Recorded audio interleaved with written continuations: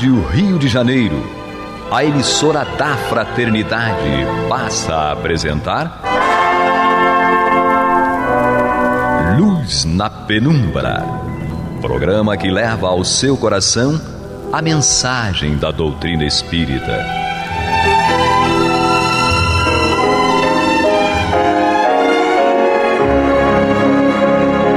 E com vocês, João Batista, para o estudo de O Livro dos Espíritos, da obra codificada por Allan Kardec. Papai do céu nos guarde, nos abençoe. Louvado seja nosso Senhor Jesus Cristo, e que possamos fazer do tempo esta dádiva que a todos nós é dada de maneira igual, um recurso a mais, para que a nossa caminhada seja a cada dia mais firme e consistente na conquista dos valores espirituais que nos alavancarão em direção à verdadeira felicidade. Hoje estamos mais uma vez com Maria Júlia, a nossa Julinha. Que a paz do Mestre Nazareno esteja conosco. E Angélica, uma gracinha. Que o estudo seja ferramenta de libertação e de progresso. Vocês podem até estranhar de eu falar que a Angélica é uma gracinha e que a Júlia é minha Julinha. Mas que vocês conhecessem pessoalmente, vocês iam concordar comigo, viu? Eu até gaguejo quando eu falo da Angélica e quando eu falo da Julinha, viu? E eu engasgo. Mas faz parte, isso aí todos nós somos assim. Graças a Deus que nós não temos a perfeição como a de um locutor. E isso aí nós estamos fazendo um estudo fraternalmente, como se estivéssemos fazendo um culto do Evangelho no lar entre nós. Graças a Deus. Isso nos torna humanos. Isso exatamente, não nos dá uma dimensão boa, né? É. Nós somos apenas humanos. Exatamente. E os nossos ouvintes hão de nos compreender. Hoje estamos entrando no estudo do tópico Influência do Espiritismo no Progresso. Hoje vamos estudar as perguntas 798 e 799. Parece pouco duas perguntas, mas não é não. Vocês vão ver que dá muito ensejo ao debate. Na próxima semana encerraremos o tópico e inclusive também o capítulo Lei do Progresso.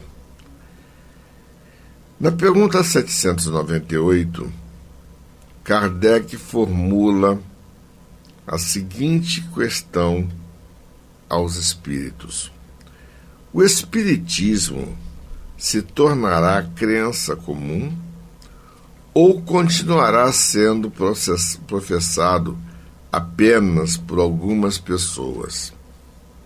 O que dizem os espíritos, Angélica? Bom, certamente ele se tornará crença geral e marcará uma nova era na história da humanidade, porque está na natureza e chegou o tempo em que ocupará lugar entre os conhecimentos humanos. Entretanto, terá que sustentar grandes lutas, mais contra os interesses do que contra a convicção, pois não se pode dissimular a existência de pessoas interessadas em combatê-lo, umas por amor próprio, outras por causas inteiramente materiais. Porém, como seus contraditores se tornarão cada vez mais isolados, serão forçados a pensar como os demais, sob pena de se tornarem ridículos. Ok. Então, não tem como. À medida em que você vai exigindo respostas para as suas perguntas, você vai buscar conhecimentos. E essa busca do conhecimento, para te satisfazer na fase em que você se encontra, o Espiritismo é que vai te fornecer. porque ali você tem uma fundamentação científica, filosófica e religiosa. Então, o Espiritismo ele nos traz esclarecimento para em todos os campos da nossa existência. Para todas as nossas dúvidas, você formula a pergunta e pode buscar no Pentateuco que você vai encontrar a resposta. Então, o nosso progresso se faz com os questionamentos, com a necessidade de nós aprendermos cada vez mais. E a doutrina espírita, ela tem todo um fundamento teórico e prático, te mostrando e te dando bases para você se guiar e se conduzir na tua trajetória evolutiva. Maria Júlia. É interessante que esta pergunta dá ensejo a algumas colocações que eu já escutei de que o Espiritismo seria a religião única no futuro. E se nós observarmos a resposta dos espíritos, a gente percebe o seguinte: eles dizem que será a crença geral e marcará uma nova era na história da humanidade. Mas se nós também lembramos a definição de Espiritismo, que é ciência, filosofia, como nos diz Kardec, ele não fala religião. Nós isso colocamos. Kardec diz, me corrija, João, se eu falar errado, mas ele coloca que é uma ciência, filosofia com efeitos morais. Ele nunca afirmou, Kardec, que o Espiritismo era uma religião.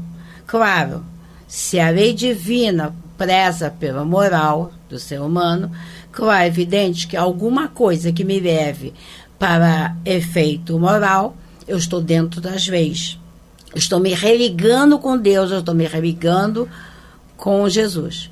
Mas não é que seja uma religião específica. Assim também, então, toda a humanidade pode crer nas leis morais, na ciência e filosofia, sem se dizer espírita, com a simbologia de religião. Outra coisa também que nós temos que ver é quando afirma o espiritismo vai ser a religião do futuro, tudo querendo dizer, insinuando, que o espiritismo é o mais perfeito. E nós sabemos que não é assim. A doutrina pode até ser perfeita, mas nós ainda não a aprendemos. Nós estamos caminhando, então vai surgindo imperfeições. Só mais um detalhe, antes de passar para o João, é que o Espiritismo me dá uma oportunidade de observar pela ciência, de questionar, questionar de onde eu vim, por que eu estou passando isso, me permite isso, E me dá a possibilidade de me mudar quando ele me alerta. Olha, as leis divinas são assim, você tem que se adequar a elas para a tua felicidade. É uma opção minha. Ele me diz, olha, você se adequando às leis divinas, que são as leis do Pai, você vai ser feliz. Se eu quiser continuar na teimosia, não me adequando a essas leis, eu vou caminhar mais até ser feliz um dia, porque fatalmente eu vou ser um dia feliz, Eu só adicionaria uma questão aí, que merece reflexão. Assumir a atitude de que o Espiritismo será a religião do futuro, logo que seja, é assumir uma atitude proselitista e de franco desrespeito aos nossos irmãos de outras religiões. O Espiritismo é uma doutrina. O que é uma doutrina? É um corpo de conhecimentos. Cada um vai fazer uso destes conhecimentos conforme lhe aprouver.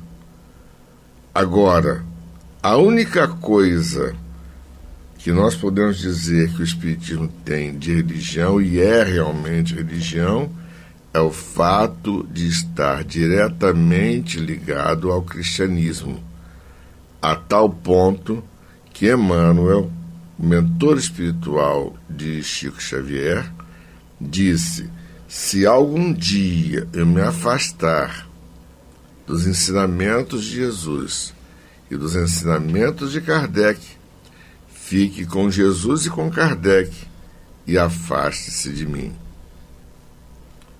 Para uma entidade da envergadura de Emmanuel dizer uma coisa dessas, nos mostra que ser proselitista não cabe. A religião do futuro vai ser o amor ao próximo. Esta é a grande verdade. Quando aprendemos a amar ao próximo, nós estaremos sendo realmente religiosos. A Angélica, antes da nossa vinheta, vai fazer a leitura do comentário de Kardec, que dispensa comentários. As ideias só se transformam com o tempo e nunca subitamente. Elas se enfraquecem de geração em geração e, pouco a pouco, acabam por desaparecer com os que as professavam, os quais são substituídos por outros indivíduos imbuídos de novos princípios, como acontece com as ideias políticas. Vede o paganismo. Certamente, não há mais quem professe hoje as ideias religiosas daquela época. Todavia, muitos séculos após o advento do cristianismo, tais ideias deixaram vestígios que somente a renovação integral das raças conseguiu apagar. Dar-se-á o mesmo com o espiritismo, que tem progredido bastante, mas durante 2 ou 3 gerações ainda haverá um fermento de incredulidade que só o tempo dissipará. Sua marcha, porém, será mais rápida que a do cristianismo, porque é o próprio cristianismo que lhe abre o caminho e serve de apoio. O cristianismo tinha que destruir. O espiritismo só tem que edificar. Você está ouvindo pela Rádio Rio de Janeiro o programa Luz na Penumbra, com estudo de O Livro dos Espíritos, na apresentação de João Batista. E aí eu formulo a pergunta 799 que fecha o nosso programa de hoje, para a nossa Julinha. De que maneira o Espiritismo pode contribuir para o progresso? Nos dizem os espíritos, destruindo o materialismo, que é uma das chagas da humanidade, da sociedade. O Espiritismo pode fazer com que os homens compreendam onde estão seus verdadeiros interesses.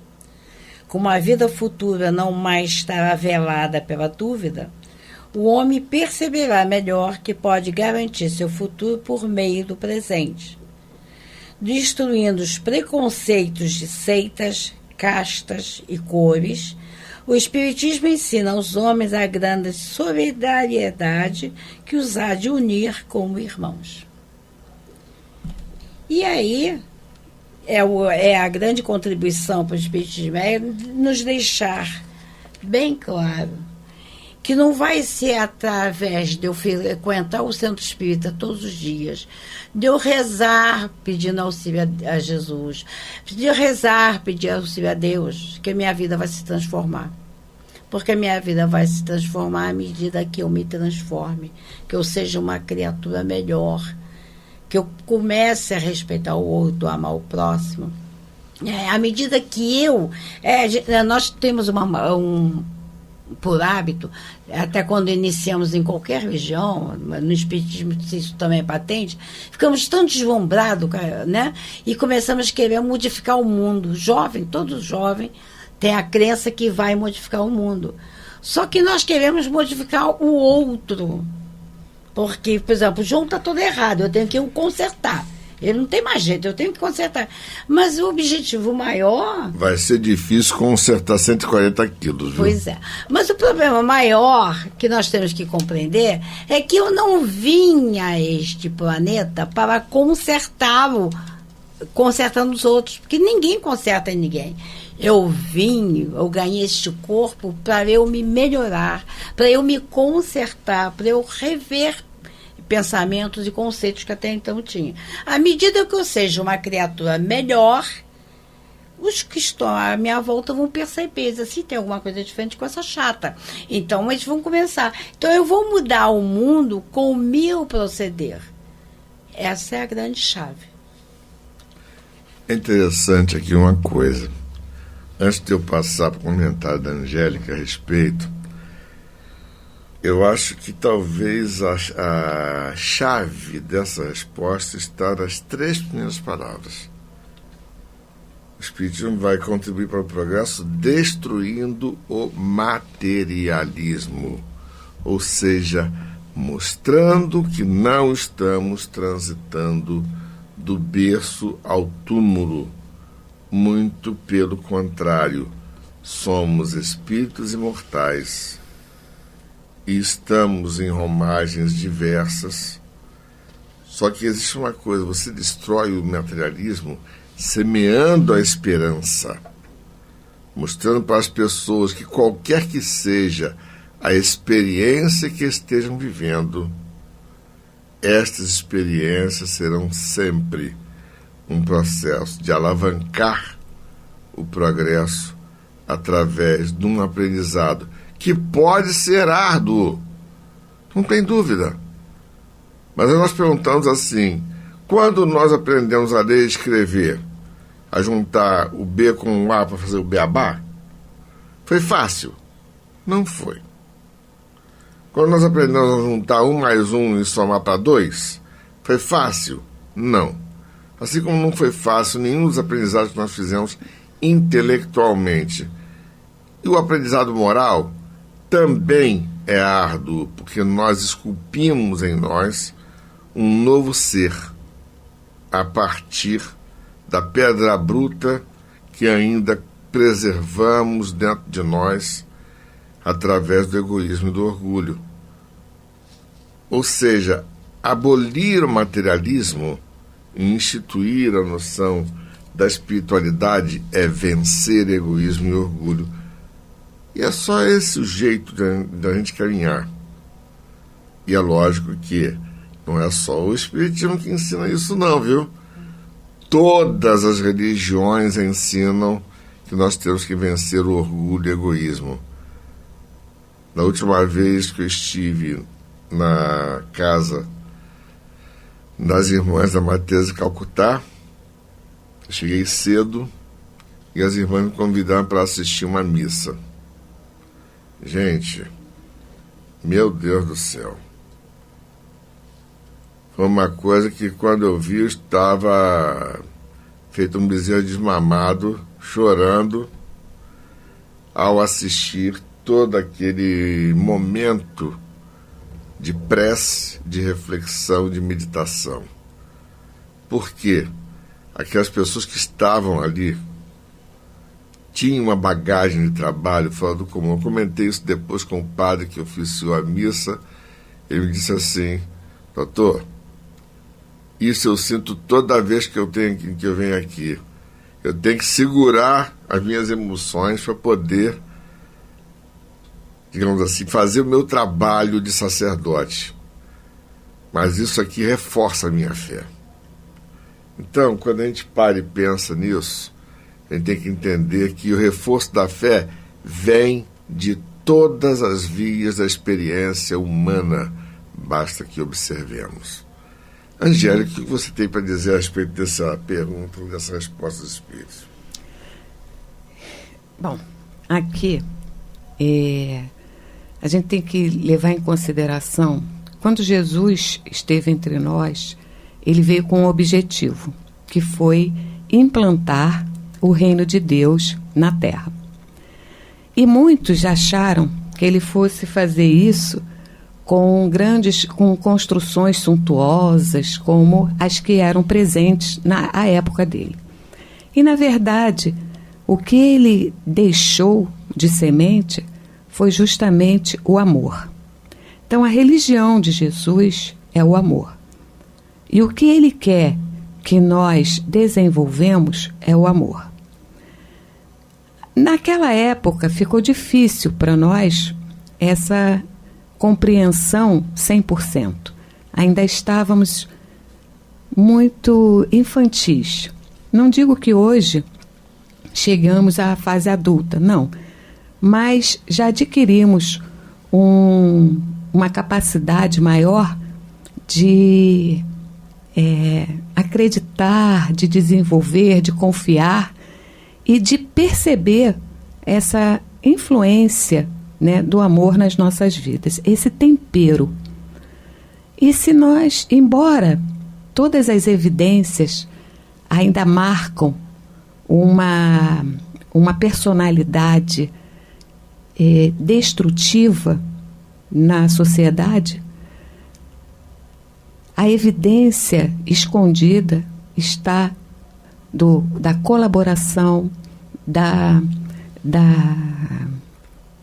comoção, da ajuda mútua, mas isso não fica exposto na mídia, né?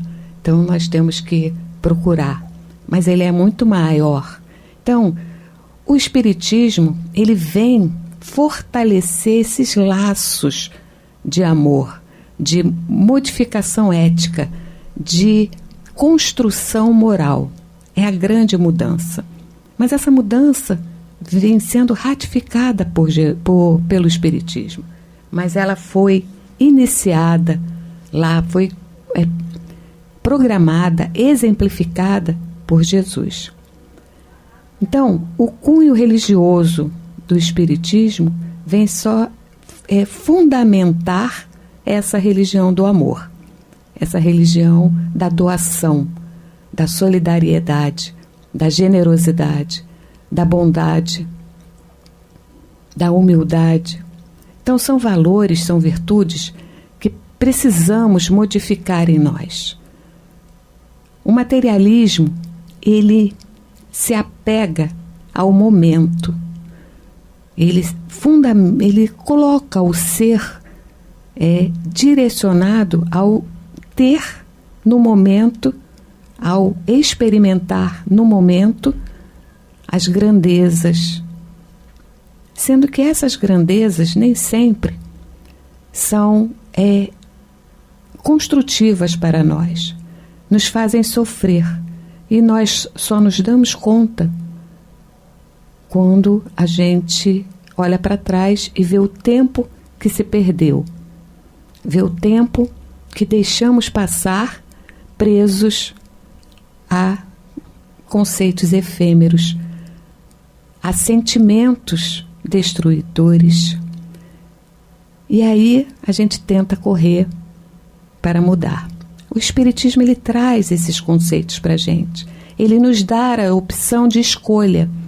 Ele nos esclarece. Fundamenta na ciência quando mostra que os nossos sentimentos modificam as nossas células, tornando-as até doentes. Como também vem a modificá-las para buscar a saúde. Então ele fundamenta, ele faz-nos refletir com o seu cunho filosófico sobre os comportamentos que temos, se eles estão fundamentados na ética, se eles estão fundamentados no respeito e no amor pelo nosso próximo e por nós mesmos.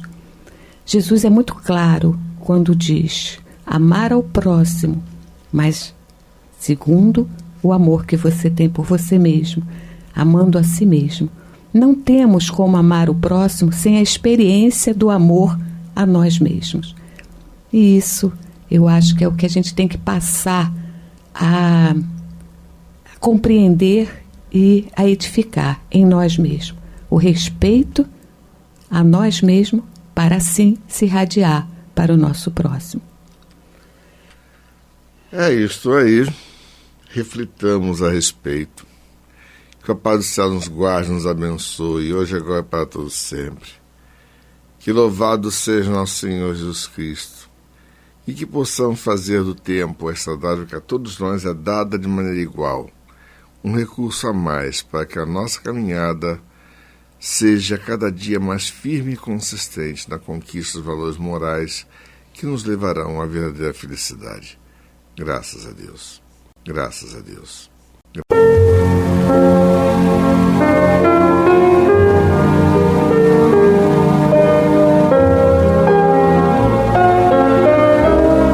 A Rádio Rio de Janeiro está levando ao seu lar e ao seu coração a mensagem consoladora da doutrina espírita, através do programa Luz na Penumbra. E agora com vocês, Antônio de Pádua Barbosa e Marta Batista. Olá, amigos ouvintes. Estamos aqui em continuidade ao programa Luz na Penumbra para estudarmos o Evangelho segundo o Espiritismo de Allan Kardec. Estamos no momento no capítulo 16, não se pode servir a Deus e a Mamon. E hoje nós vamos estudar especificamente o item 6, que trata da parábola dos talentos. Muito importante essa parábola, inclusive muito bonita também. E para fazer esse trabalho está aqui conosco, como sempre, Marta Batista.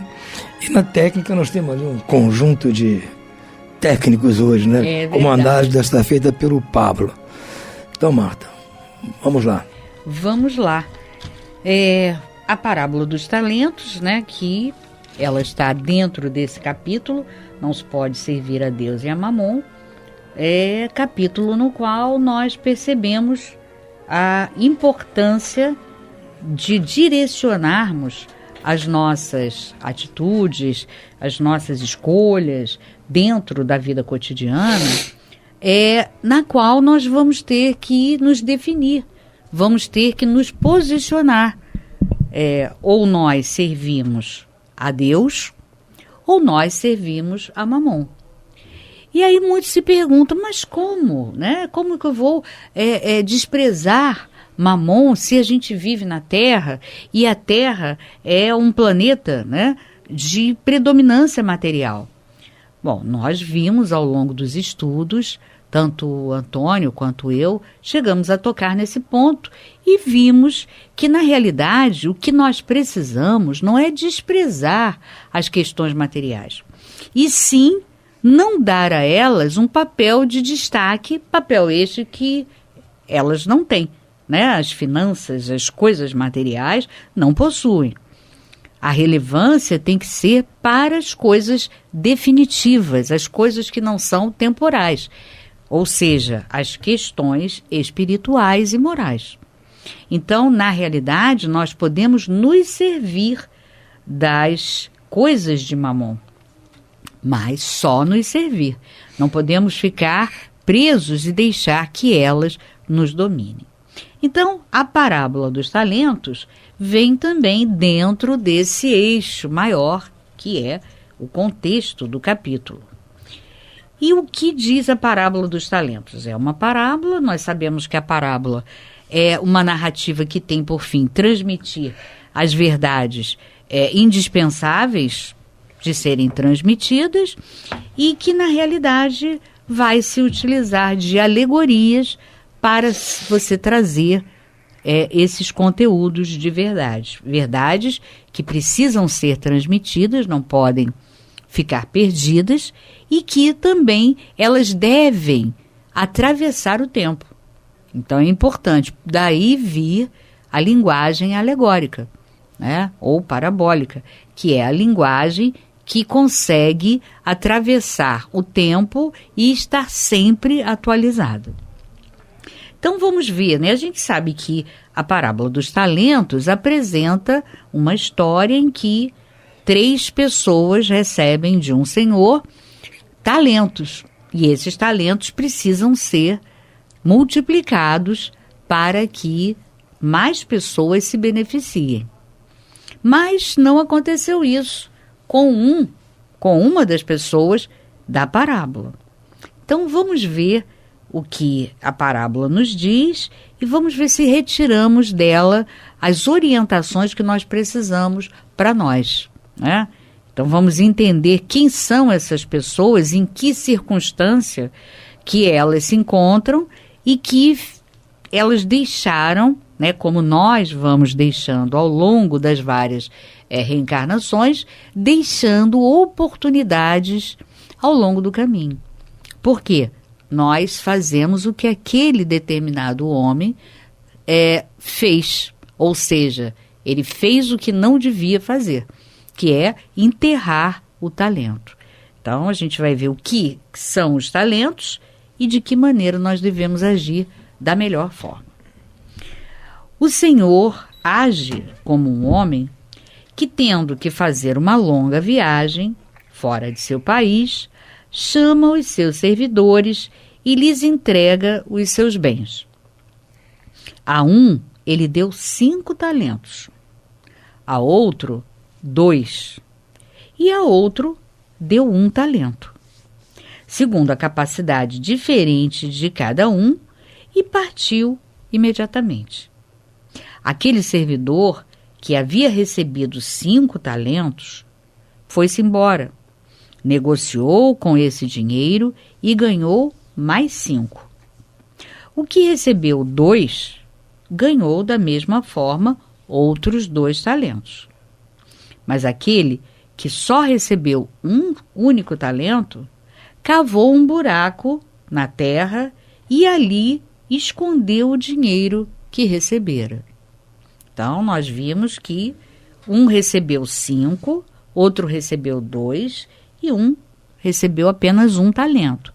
E nem esse único talento ele conseguiu dar conta. Então, vamos ver o que significa isso, o que são esses talentos, em que circunstância todos nós recebemos talentos, né, do Senhor, ou seja, do Pai. Vamos ver. Algum tempo depois, o senhor daqueles servidores voltou e chamou-os para que lhe prestassem contas. Aquele que havia recebido 5 talentos veio e apresentou-lhe outros 5, dizendo: Senhor, tu me deste 5 talentos, eis aqui, além desses, outros 5 que eu ganhei. E o senhor lhe respondeu: Ó bom e fiel servidor, porque foste fiel em poucas coisas, vou te confiar muitas outras. Participa da alegria do teu senhor. Aquele que havia recebido os 2 talentos também veio logo se apresentar e disse: Senhor, tu me deste 2 talentos. Eis aqui, além daqueles, outros 2 que eu ganhei. O senhor respondeu: Ó bom e fiel servidor, porque foste fiel em poucas coisas, vou te confiar muitas outras. Participa da alegria do teu senhor. Aquele que havia recebido só 1 talento, veio a seguir e falou: Senhor, sei que és um homem enérgico, que ceifas onde não semeastes, colhes de onde nada puseste. Por isso, com receio de ti, escondi o teu dinheiro na terra. Aqui está ele, eu te devolvo o que é teu. O senhor, porém, lhe respondeu: Servidor mau e preguiçoso, sabias que eu ceifo onde não semeei, e que colho de onde nada coloquei. Devias, portanto, pôr o meu dinheiro nas mãos dos banqueiros, a fim de que no meu regresso eu retirasse com juros o que me pertence. Então, tirem o talento que está com ele e entregue-no ao que tem 10 talentos, porquanto dar-se-á todos que já têm, e eles serão cumulados de bens. Mas para aquele que não tem, tirar-se-lhe-á até o que parece ter. E que esse servidor inútil seja lançado nas trevas exteriores. É ali que haverá lágrimas e ranger de dentes. Essa parábola está em Mateus, capítulo 25, versículos 14 a 30. Então, são muitas coisas a nós termos que avaliar, pensar, né, fazermos um link entre a alegoria que é apresentada e o que significa na vida cotidiana. Então vamos lá, é uma história em que o Senhor, né, que é o nosso Pai, oferece a esses 3 homens talentos, né? E o que seriam os talentos? São todas aquelas coisas que nós podemos receber, aqueles dons espirituais, sabedoria e até mesmo dinheiro também, para que nós multipliquemos. E multiplicando, não só nós vamos nos beneficiar, como aqueles que estão ao nosso redor, família, comunidade, né?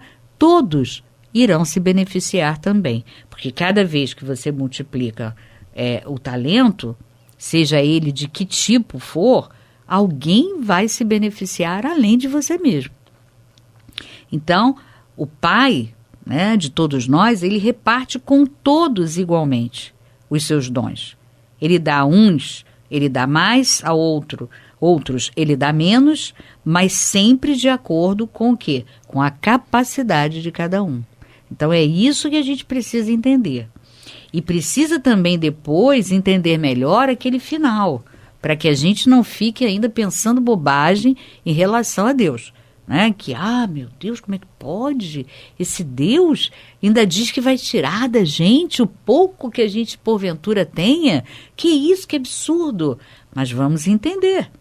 Então a gente já está começando a entender que, alegoricamente, os talentos podem ser dinheiro, mas também podem ser dons de forma diversas, né?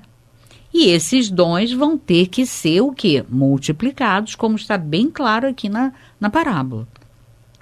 Então, a uns Deus deu dinheiro, outros a prova da riqueza, outros a da sabedoria, né? Pessoas muito inteligentes, a outros deu os dons espirituais, que é a mediunidade, e todas essas dádivas, né, são para que a gente multiplique. O que aconteceu na parábola? O primeiro e o segundo são tidos como exemplos. E eles fizeram o quê? O primeiro, que recebeu 5 talentos, multiplicou e apresentou mais 5 para o Senhor, quando ele foi avaliado, quando ele foi cobrado sobre o que ele fez daquilo que recebeu. E nós sabemos que todos nós, quando voltarmos a cada retorno da vida corporal à vida espiritual, nós teremos que prestar contas, né? Porque somos depositários.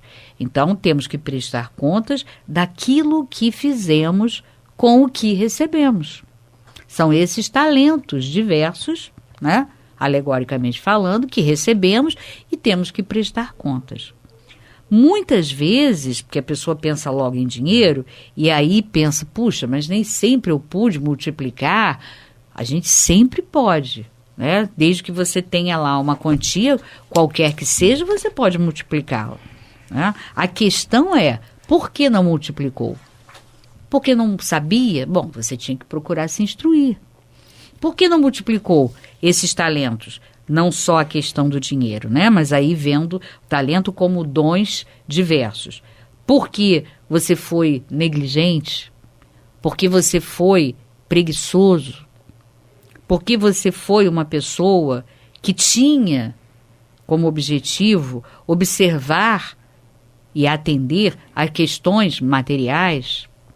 Então, todas essas pessoas e também aquelas que, além de não quererem um compromisso, ainda impedem que outras busquem essas informações, busquem o esclarecimento que a religião oferece.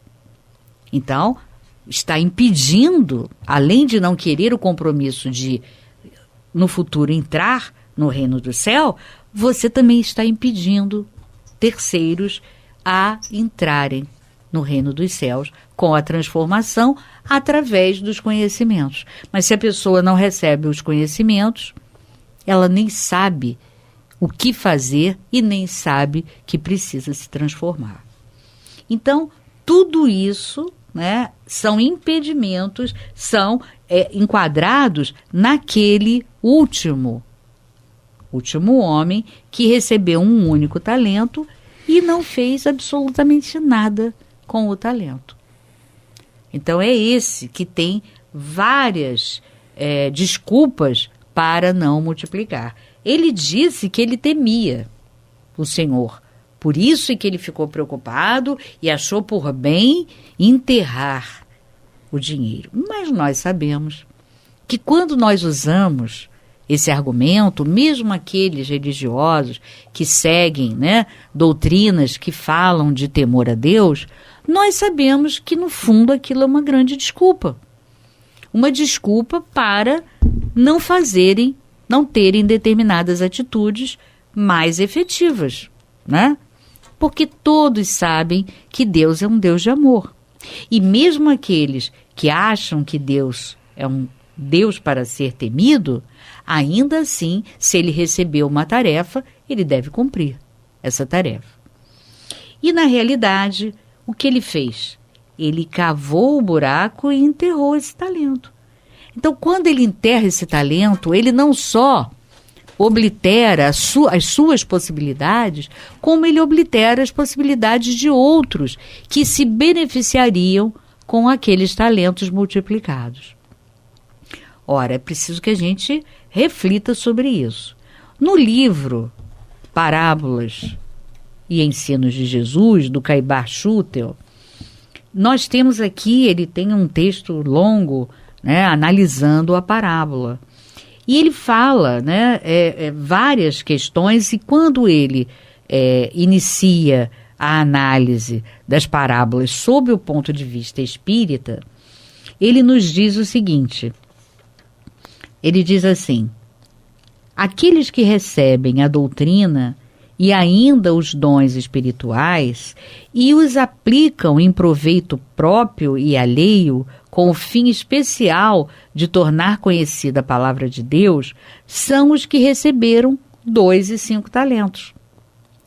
À última hora do trabalho, quando chamados ao ajuste de contas, lhes será dito: servos bons e diligentes, fostes fiéis no pouco, também o sereis no muito. Confiar-vos-ei o muito. Entrai no gozo do vosso Senhor. Ou então, servo bom, porque foste fiel no pouco, terás autoridade sobre 10 cidades, sobre 5 cidades, de acordo cada um com os talentos e as minas que recebeu. Ora, vamos então refletir, para que a gente não venha falar bobagem e achar que Deus não está sendo misericordioso conosco ao dizer que vai retirar até o pouco que nós temos, porque nós não multiplicamos os talentos.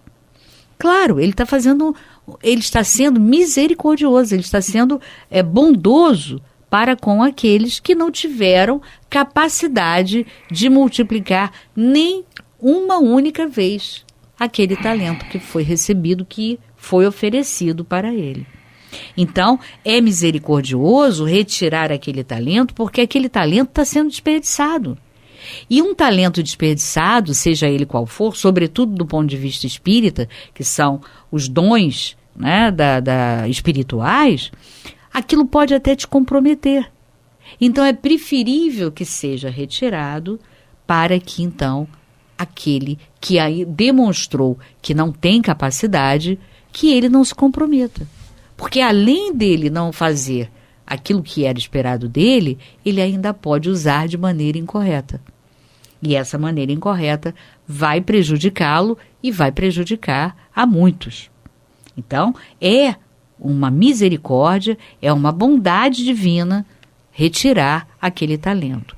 E essas trevas exteriores, né, que aquele que não multiplicou, aquele que não agiu da maneira correta vai receber, é justamente a oportunidade da reencarnação. Mas é que naquela época a linguagem tinha que ser essa.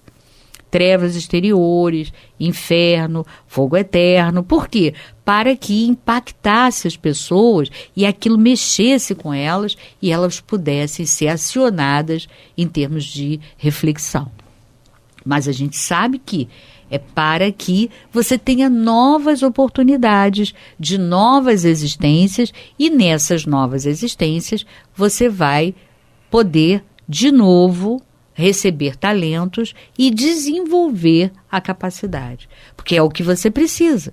Se for uma questão de negligência e de maledicência, de malevolência, com certeza você vai estar literalmente nas trevas exteriores, ou seja, naquela reencarnação difícil, penosa, né?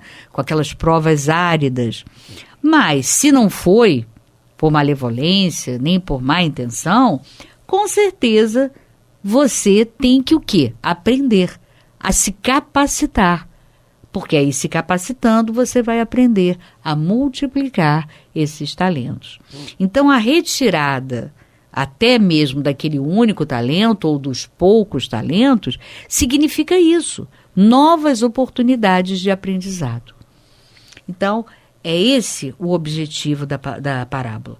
É mostrar para nós que todos nós recebemos de forma igualmente, Deus nos confere a todos a possibilidade de termos talentos e multiplicarmos, porque multiplicar aí o talento significa progredir, melhorar, se capacitar cada vez mais para, em novas e outras reencarnações, você poder ter mais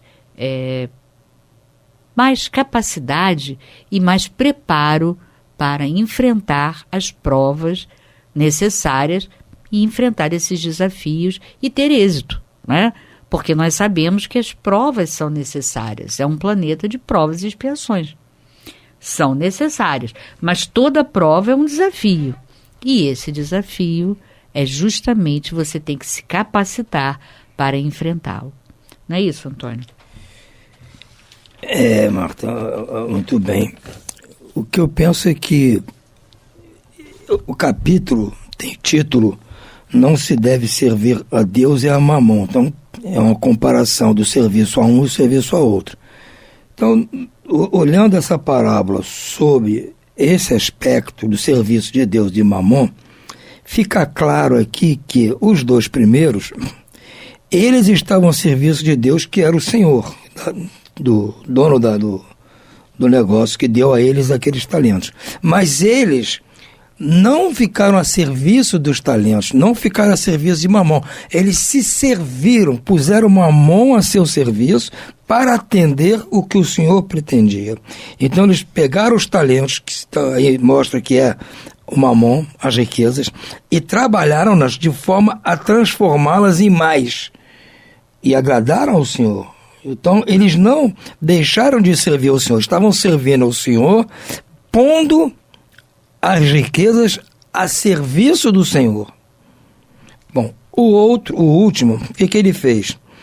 Ele ouviu, talvez, essa história de que não pode servir a um e ao outro.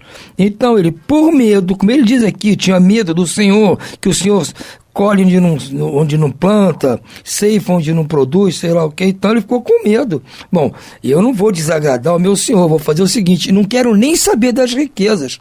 Vou levar uma vida aqui totalmente ascética, uma vida de contida de privação de tudo, deixo tudo enterrado e vou ficar aqui só aguardando o Senhor voltar.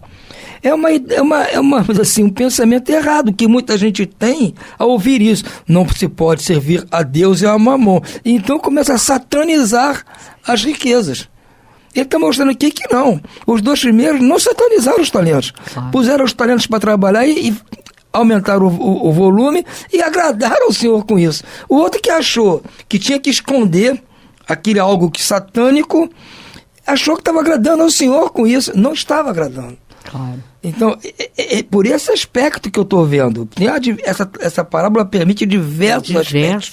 Mas estou falando pelo aspecto do título do capítulo, que é essa dificuldade que as pessoas têm de entender isso. Usufruir da riqueza não é estar a serviço da riqueza. Você precisa de usufruir, você tem o direito de usufruir, de viver no conforto, de tudo que tem direito, numa boa. Agora, o que você não pode é ficar a serviço daquilo. Usar aquilo com outras intenções. Então, também você não pode abdicar esconder, porque você tem que correr o risco para poder provar que você não está a serviço daquilo. Se você simplesmente esconde, o senhor nunca vai saber se você, por acaso, está a serviço de uma coisa ou de outra. Tem que correr o risco, e isso muita gente não entende. Mas realmente essa parábola precisa de muito tempo para conversar, e nós não temos tempo hoje. Vamos ficando então por aqui, e no próximo programa talvez continue falando sobre isso. Muita paz.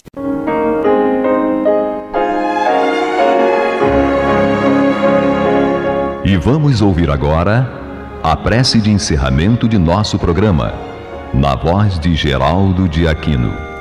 Jesus, dá-nos coragem para a luta, piedade para os insultos e misericórdia para as injustiças e ingratidões.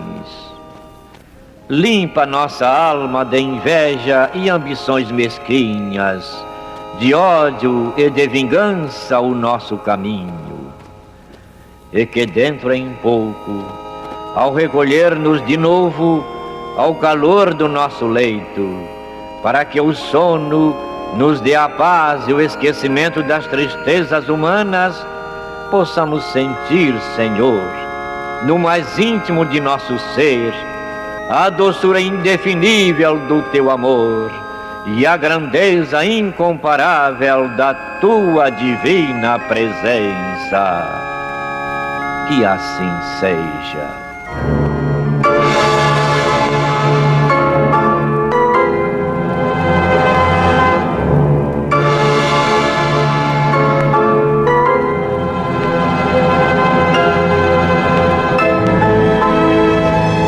Acabamos de apresentar o programa Luz na Penumbra, que voltará a ser apresentado amanhã às 21 horas nesta emissora.